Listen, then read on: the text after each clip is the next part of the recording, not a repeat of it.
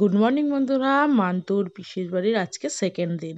তো এখন আমরা সব কাজ সেরে ওদের পোলিও খাওয়াতে নিয়ে গেলাম। দেখো পোলিও খাওয়া হয়ে গেছে, তারপর রেডি হয়ে গেলাম হরিরামতলায়।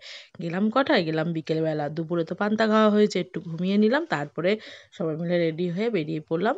তো এখানে কিছু দোকানপাটে বসেছিলো, খেলনার দোকান, আইসক্রিম দোকান, নানা রকমের দোকান, চপের দোকান। তো যে যিনি হরিনামটা করছিলেন তার গলাটা খুবই ভালো লাগছিলো, করছিলো। তারপর লাস্টের দিকে একটু নাচ হলো, সবাই নাচছিল বেশ সুন্দর করে, ভালোই লাগছিলো। আমার মেয়েও একটু নাচছে, তোমরা একটু দেখে নাও। তো দেখো, ও আবার ওই চুড়িটা নিয়ে একটু পাকামো দেবে, তাই জন্য চুড়িটা খুলে দিচ্ছে বারবার। তো একটু নাচছিলাম, সেটা তোমার সাথে ভিডিওটা শেয়ার করলাম। দেখো মেয়েরাও পর্যন্ত নাচছে। তো এটাই হচ্ছে একটা আনন্দ আমাদের জীবনের।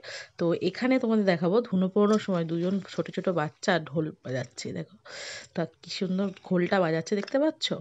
তো তারপরে আবার দধিকর্মণ, এটা হচ্ছে দধিকর্মণ, যে মাটির হাঁড়িটা মাথায় নেয় সেটা ফাটানো এবং জলটা, শান্তি জলটা সবার গায়ে ছিটিয়ে দেওয়া।